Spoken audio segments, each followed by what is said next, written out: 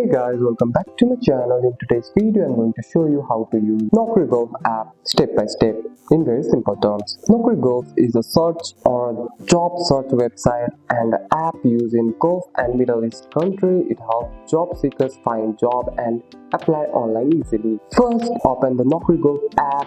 If you are new user, click on register and create an account. If you already have an account, simply log into your account using your email and password. After login, go to the My Profile. Here you can fill personal details, education or experience and skills. Upload your updated CV to make your profile strong. Use the search bar to enter your job title, skills or location. You can also use filters like expenses, salaries and industry to find the job right. After you find a job you like, open the job details. Click on Apply Now to send your profile and CV to the employer. Go to the Apply Job section to check your status of your application. Keep your CV and profile updated. This helps employer find your profile easily. And that's it. That's all for today's video, guys. If you found this video helpful, drop a like and subscribe for more videos. Thanks for watching. See you in the next one.